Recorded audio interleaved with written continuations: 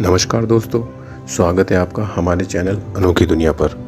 आज हम बात करेंगे दुनिया के सबसे बड़े जंगल अमेजन रेन फॉरेस्ट जंगल के बारे में।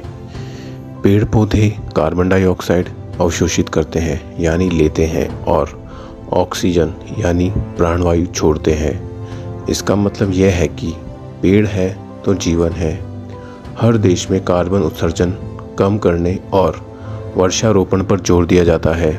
दुनिया में एक जगह ऐसी भी है जहां पेड़ ही पेड़ हैं। जी हाँ, पर यहाँ भी पेड़ घट रहे हैं। आज हम आपको धरती पर मौजूद एक ऐसे क्षेत्र के बारे में बताने जा रहे हैं जहां हर किसी के लिए पहुंचना मुश्किल है।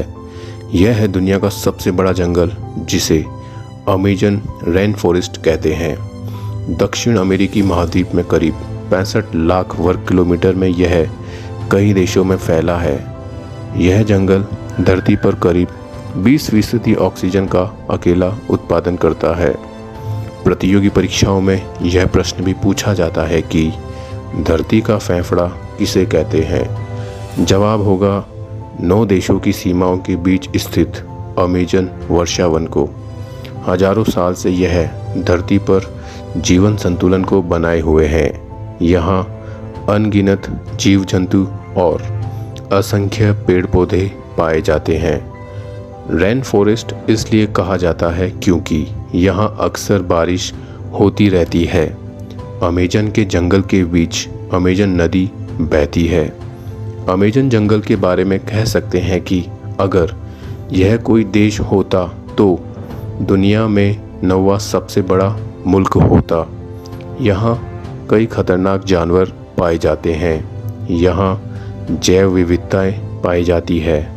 ये धरती पर बड़ी मात्रा में कार्बन सोखने का काम करते हैं, लेकिन यहाँ आग लगने की घटनाओं से नुकसान भी काफ़ी होता है।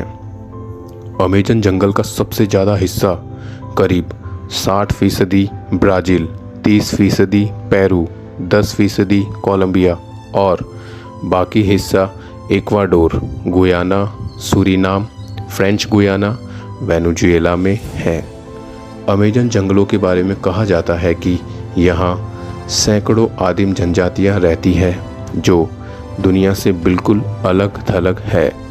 अमेजन नदी में एनाकोंडा जैसे खतरनाक और विशालकाय स्नेक पाए जाते हैं। 20 फीट से भी बड़े एनाकोंडा इस नदी में पाए जाते हैं। यहाँ पाए जाने वाली चींटियाँ भी काफ़ी खतरनाक होती है। कुछ चींटियों के काटने से मौत भी हो सकती है। यहाँ मकड़ी की भी हजारों प्रजातियाँ पाई जाती है और वे भी शांत स्वभाव की नहीं होती है। बता दें कि पृथ्वी पर जितने जीव हैं इसके 1/3 को एक साथ आप अमेजन के जंगलों में ही देख सकते हैं।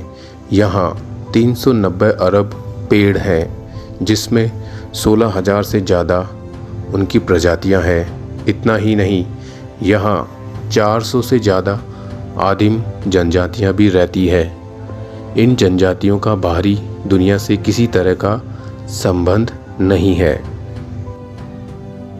नेशनल जियोग्राफिक की रिपोर्ट के मुताबिक अमेजन रेन फॉरेस्ट का असर सिर्फ क्षेत्रीय वाटर साइकिल पर नहीं होता, बल्कि इसका असर ग्लोबल स्केल पर होता है। अमेजन के जंगलों से जिस तरह बारिश होती है वह क्षेत्रों से होते हुए पहाड़ों के कोने तक पहुंचती है।